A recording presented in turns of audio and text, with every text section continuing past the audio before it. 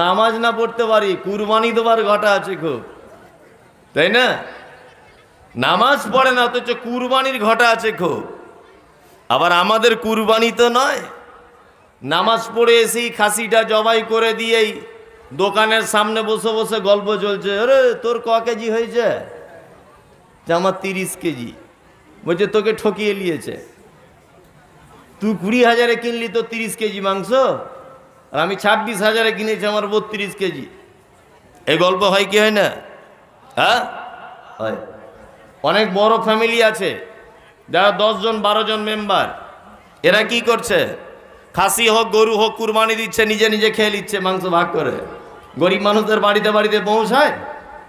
অনেক মানুষ আছে এগুলো করছে, জি করছে এগুলো। আমরা সালাত আদায় করি না, কিন্তু অন্যান্য ইবাদত কি লোক দেখানো বাহ্যিক যে ইবাদতগুলো এইগুলো আমরা সবাই করি। নামাজ পড়ুক না পড়ুক, রোজা রাখুক না রাখুক, চেন্নাই খাটতে যায় রাজমিস্ত্রি ঠিকাদার, কুরবানির 4 দিন আগে ঠিক বাড়ি এসে হাজির, ওই ইবাদত করতে আসছে, বুঝলেন না? ওই ইবাদত করতে আসছে, নামাজ ও ধার ধারে না। আসলে নামাজ কেমন, সালাত কেমন, এইটা আপনার জানা নাই। আপনাকে একটা জিনিস বোঝাই, খুব মন দিয়ে বোঝার চেষ্টা করবেন। আচ্ছা বলুন তো, বর্তমানে খাসির মাংসের দাম কত? 600 টাকা, 700 টাকা কেজি। আপনি বাজার থেকে 700 টাকা কেজি দিয়ে 1 কেজি মাংস কিনে আনলেন। গরিব মানুষ খাসির মাংস খেতে পায় না, আকিকা হলে খায়, কুরবানিতে খায়। আল্লাহ যাদের টাকা দিয়েছে তারা হয়তো কিনে খায়। তা আপনি খাসির মাংস কিনে আনলেন 700 টাকা দিয়ে।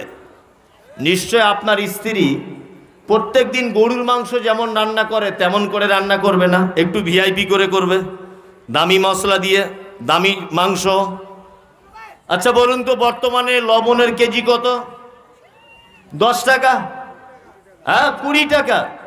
আচ্ছা 1 কেজি মাংস, খাসির মাংস কাট মশলা নিয়ে আরো টোটাল 100 টাকা খরচা, তাহলে হলো 800 টাকা। এই 800 টাকার মাংসে কতটা লবণ লাগতে পারে? 50 গ্রাম। 50 গ্রাম দাম কত? 20 টাকা কেজি হলে 1 টাকা। তাহলে বলুন তো, 50 গ্রামের লবণ 1 টাকা মূল্য। এই লবণটা যদি 800 টাকার ওই মাংসটাই না দেওয়া হয়, আচ্ছা বলুন তো দেখি, মাংস খাওয়া যাবে কি যাবে না? যাবে? যাবে না। ইসলামে ইবাদতের জগতে যত ইবাদত আছে, এই 800 টাকার মাংসের 50 পয়সা বা 1 টাকার লবণের যে মর্যাদা, ইবাদতের জগতে যত ইবাদত আছে নামাজ বা সলাতের সেই মর্যাদা। যার সলাত নেই, যার নামাজ নেই, তার কোন ইবাদত আল্লাহর দরবারে গ্রহণ করা হবে না। শুধু 25,000, 30,000, 40,000, 50,000 টাকার ছাগল কিনে আনলাম আর ইমাম সাহেবকে ডেকে এনে কুরবানি করে দিলাম, 5 ওয়াক্ত নামাজ পড়ে না, ও কুরবানি কবুল হওয়া তো দূরের কথা, তোমার বাড়ির ছাদ টপকাবে না, কবুল হওয়া তো দূরের কথা। আল্লাহ তাআলা পবিত্র কোরআনে কয়েকটি জায়গায় কুরবানির কথা বলেছেন, আর 82 জায়গায় ডাইরেক্ট বলেছেন আকিমুস সালাত ওয়া আতুজ যাকাত, তোমরা সালাত আদায় করো, নামাজ পড়ো, তার সাথে সাথে তোমরা কি করো? যাকাত দাও।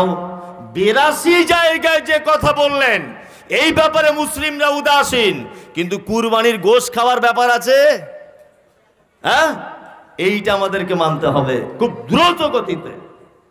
খুব হুঁশিয়ারির সঙ্গে বলছি, শুনে নেন, যারা এখনো পর্যন্ত মসজিদমুখী হন না বা মসজিদে যান না, অবশ্যই আপনাদের কাছে বিনীত অনুরোধ, আপনি অন্ততপক্ষে 5 ওয়াক্ত নামাজটা পড়তে শিখুন।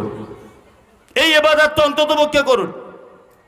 আপনি যাই করেন, নামাজ নেই, আপনার কোন ইবাদত আল্লাহর দরবারে গ্রহণ করা হবে না।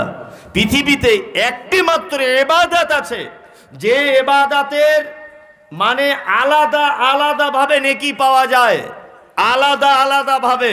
যদি বলছেন কেমন করে, এই দেখুন, বিশ্ব নবী জনাবে রাসূলুল্লাহ সাল্লাল্লাহু আলাইহি ওয়াসাল্লাম তিনি বলছেন, মুয়াজ্জিন মসজিদে আযান দিল, হাইয়া আলাস সালাহ, হাইয়া আলাল ফালাহ, একজন নামাজি আস্তে আস্তে করে বাড়ি থেকে মসজিদে গেল, অজুখানাতে অজু করতে শুরু করে দিল। বিশ্ব নবী তিনি বলেছেন, সে যখন অজু করবে ডান হাতটা ধুইবে, ডান হাতের কইনি থেকে যখন পানিগুলো টপকে টপকে পড়বে, বিশ্ব নবী বলেছেন তার পানির সাথে তার সাগিরা গুনাহগুলোকে আল্লাহ ক্ষমা করে দিবেন। শুধু এইখানে সাগিরা গুনাহ ক্ষমা হলো, কাবিরা গুনাহ করেছেন, নামাজ শুরু হয়ে গেল, নামাজের ভিতরে যা দুয়া তা তো করলেন, নামাজের পরে একা একা বসে একবার আল্লাহর কাছে হাত দুটো তুলে বলুন, রব্বুল আলামিন আমি বড় পাপ করে দিয়েছি, বড় গুনাহ করে ফেলেছি, বড় ভুল করে ফেলেছি, দয়াময় তুমি আমাকে ক্ষমা করে দাও। বান্দা যখন নামাজ শেষে দুটো হাত উঁচু করে রাখবে, রব্বুল আলামিন তার ওই পাপগুলোকেও ক্ষমা করে দিবে। নামাজ শেষ হয়ে গেল, বিশ্ব নবী তিনি বলেছেন, কোন মানুষ যদি ফরজ নামাজের পরে একটি মাত্র জিকির যদি চালু রাখে, তার নাম হলো আয়াতুল কুরসি। আল্লাহু লা ইলাহা ইল্লা হুয়াল হাইয়ুল কাইয়ুম লা তাখুযুহু সিনাতুন ওয়ালা নাওম। এই আয়াতুল কুরসিটা যদি কেউ ফরজ নামাজের পরে পরে যদি তেলাওয়াত করে, বিশ্ব নবী তিনি বলেছেন সে জান্নাত চলে গেছে। সাহাবীরা বলছেন এখনো কেন গেল না? বিশ্ব নবী তিনি বলছেন লোকটা মারা যায়নি বলে জান্নাতে যায়নি, মারা গেলেই সে জান্নাত চলে যাবে। মুমিনের দ্বিতীয় গুণ, মুমিন সালাত আদায় করবে, যত বিপদ আসুক যেখানেই থাকুক না কেন তাড়াতাড়ি করে অন্তত পক্ষে 2 রাকাত কসরের সালাত আদায় করে নেবে। এটা দ্বিতীয় নম্বরের গুণ মুত্তাকি। অমিম্মা রাযাকনাহুম ইনফিকুন। আল্লাহু আকবার। মুমিনের মুত্তাকির 3 নম্বরের গুণ। কি গুণ? মুমিনের মুত্তাকির গুণ হচ্ছে রাযাকনাহুম ইনফিকুন। মুমিনকে আমি যে রুজি দিয়েছি ওই রুজি থেকে তারা কি করে? ইনফিকুন, তারা দান করে। অর্থাৎ মুমিন কখনো কৃপণ হতে পারে না, কখনোই মুমিন কৃপণতা তার মধ্যে গ্রাস করতে পারে না। জি, পাড়ায় দুস্থ অসহায় গরিব নিরীহ মানুষ রয়েছে, যদি কোনো মানুষ মুত্তাকি যদি হয় কখনোই কৃপণতা করতে পারে না। অবশ্যই সে যেমন তার অর্থ আছে তেমন অর্থই তাকে দিয়ে সহযোগিতা করবে। এটা মুত্তাকির 3 নম্বরের গুণ। 1, গায়েবের প্রতি বিশ্বাস রাখতে হবে। 2, সালাত আদায় করবে। 3, অমিম্মা রাযাকনাহুম ইনফিকুন। তাকে যে রুজি দেওয়া হয়েছে সেই রুজি থেকে কি করবে? আল্লাহর রাস্তাতে কি ক্ষয় করবে। মসজিদ, মাদ্রাসা, মক্তব, এতিমখানা, জি বিভিন্ন জায়গা থেকে মানুষ আসবে, সে পকেট থেকে বার করে দিবে। কখন? আলহামদুলিল্লাহ, কখনো কৃপণতা করে না। এটা মুত্তাকির 3 নম্বরের গুণ। তাহলে 3টে গুণের কথা হলো। চলুন এইদিকে আল্লাহ সুবহানাহু ওয়া তাআলা আরো কয়েকটি গুণের কথা বলছেন মুত্তাকিদের। কি গুণ? আল্লাহ তাআলা বলছেন, লাইসাল বিররা আন তুওয়াল্লু উজুহাকুম কিবালাল মাশরিকি ওয়াল মাগরিব। আল্লাহ তাআলা বলছেন লাইসাল বিররা, কখনোই তোমাদের কল্যাণ নেই, আন তুওয়াল্লু উজুহাকুম কিবালাল মাশরিকি ওয়াল মাগরিব, তোমার মুখটাকে পশ্চিম দিকে করে আর পিঠটাকে পূর্ব দিকে করে, এর ভিতরেই তোমার কল্যাণ নেই। ওয়ালাকিন্নাল বিররা, কল্যাণ তাতেই আছে মান আমানা বিল্লাহ, আল্লাহর প্রতি যদি ঈমান আনতে পারো, আল্লাহকে যদি বিশ্বাস করতে পারো।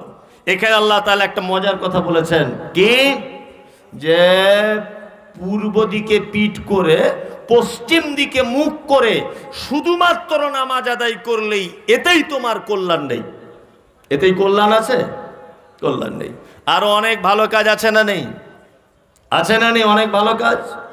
সব ভালো কাজ আলেম ওলামারা বলে দিবে। তারপরে কিছু ভালো কাজ আছে না, নিজের বিবেকের কাছে বুঝে নিতে হয় যেটা ভালো কাজ না খারাপ কাজ, তাই তো কি না? জি, বুঝে নিতে হয়। একটা মাস্টার বাড়িতে চাকর পুষেছে। খুব মন দিয়ে শুনুন, চাকর পুষেছে বাড়িতে। তা মাস্টার চাকরকে বলছে, তোর কাজ হলো আমার ছেলে ওমরপুরে অমুক ইংলিশ মিডিয়ামে পড়ে, আমার নিজস্ব 4 চাকা গাড়ি, আমার গাড়ি করে আমার ছেলেকে স্কুলে নিয়ে যাবি আর স্কুল থেকে বাড়িতে আনবি, এটাই তোর কাজ। বেতন কত? না বেতন 10,000। তা প্রত্যেক দিন ওর ছেলেকে স্কুলে নিয়ে যায় আর নিয়ে আসে। তা একদিন স্কুল দিয়ে এসেছে, হঠাৎ করে কোনো কারণে উপর থেকে অফিসার আসার কারণে স্কুল 15 মিনিট থেকে 20 মিনিট আগে ছুটি হয়েছে। এখন ড্রাইভার 15 মিনিট পরে গেছে ঠিক টাইমে, কিন্তু টাইমের আগে তো স্কুল ছুটি হয়েছে। এখন ড্রাইভার গিয়ে দেখছে যে ছেলেটা নেই স্কুলে, সব ছেলে বাড়ি আছে, স্কুলে ওই ছেলেটা নেই, ওর মালিকের ছেলেটা, মানে বাচ্চা ছেলে স্কুল ছুটি দিয়েছে, ও খেলাধুলো করতে করতে আস্তে আস্তে আস্তে আস্তে ও পুকুরে পড়ে গেছে পানিতে। এখন ড্রাইভার গাড়িটা ব্যাক করে আস্তে আস্তে দেখছে একটা ছেলে পুকুরে হাবুডুবু খাচ্ছে এরকম করে, মুখে ভাষা নেই, অল্প বয়স 4-5 বছর, পানি টানি অনেক খেয়ে নিয়েছে, কথা বলতে পারছে না, হাবুডুবু খাচ্ছে। তা চাকরটা রাস্তার ধারে দাঁড়িয়ে গাড়ি থেকে নেমে দেখছে অনেকক্ষণ, ছেলেটা এক পর্যায়ে মারা গেল। যখন মারা গেল তখন গাড়ির ড্রাইভার আস্তে আস্তে করে পানিতে নেমে ওই মৃত বাচ্চাটিকে কোলে করে মাস্টারের বাড়িতে এসেছে। মাস্টারকে এসে বলছে, বাবু আপনার ছেলে মারা গেছে। মাস্টার বলছে, কেন আমার ছেলে মারা গেল? তোকে আমি কি জন্য রেখেছি বিয়াদব? তখন মাস্টারকে যখন গালাগালি করছে তখন বলছে, আমি ঠিক টাইমে গিয়েছিলাম, স্কুল একটু আগে ছুটি হয়েছিল, ওই জন্য আপনার ছেলেটা পানিতে পড়ে মারা গেছে। তখন মাস্টার বলছে, যখন পানিতে পড়ে যায় তখন তুমি কি করছিলে বলো, কি করছিলে বলো? বলছে, মাস্টার আমি তখন পাড়ে দাঁড়িয়েছিলাম। বলছে, তুমি তাহলে আমাকে বাঁচালে না কেন? আমার ছেলেকে তুমি পুকুর থেকে তুললে না কেন বলো? বলছে, পুকুর থেকে তুলিনি এই কারণে, আপনি যখন আমাকে চাকরিতে জয়েন করেছিলেন তখন কি আপনি আমাকে কাজের ভিতরে এটা দিয়েছিলেন যে আমার ছেলে পানিতে পড়ে গেলে তুলবে? আপনি তো শুধু একথাই বলেছিলেন স্কুলে নিয়ে যাবে, স্কুল থেকে বাড়ি আনবে। আপনি কি আমাকে বলে দিয়েছিলেন যে 10,000-এর বেতনের মধ্যে তোমার বেটাকে পানি থেকে তোমাকে টেনে তুলতে হবে? এটা কি বলেছিলেন মাস্টার? মাস্টার বলছে, এটা তো আমি বলিনি। আচ্ছা আপনি বিবেকবান মানুষ, এটা বলুন তো, আপনি যদি হতেন, আচ্ছা বলুন তো, আপনাকে এটা বলতে হতো না আপনি নিজের বিবেক থেকে এমনি করতেন? কোনটা? একটা কুকুরের বাচ্চা যদি আপনি দেখেন পানিতে পড়ে আছে, আপনার বিবেক কি বলবে? তুলে দিতে হবে তাকে, তাই না? একটা অবলা প্রাণী মারা যাচ্ছে, তাই তো আল্লাহ সুবহানাহু ওয়া তাআলা বলছেন, শুধুমাত্র নামাজের ভিতরেই তোমার কল্যাণ নেই, আরো পৃথিবীতে অনেক জনসেবামূলক কাজ রয়েছে, অনেক ভালো কাজ আছে, সেইগুলো তোমরা করো। আমরা শুধু ভালো কাজ 4-5টা জিনিসকে ভাবি, কি? নামাজ, রোজা, হজ, যাকাত, এই 5টা জিনিস ভালো কাজ, আর কোনো ভালো কাজ নাই, এটা আমরা মনে করি কি কিনা?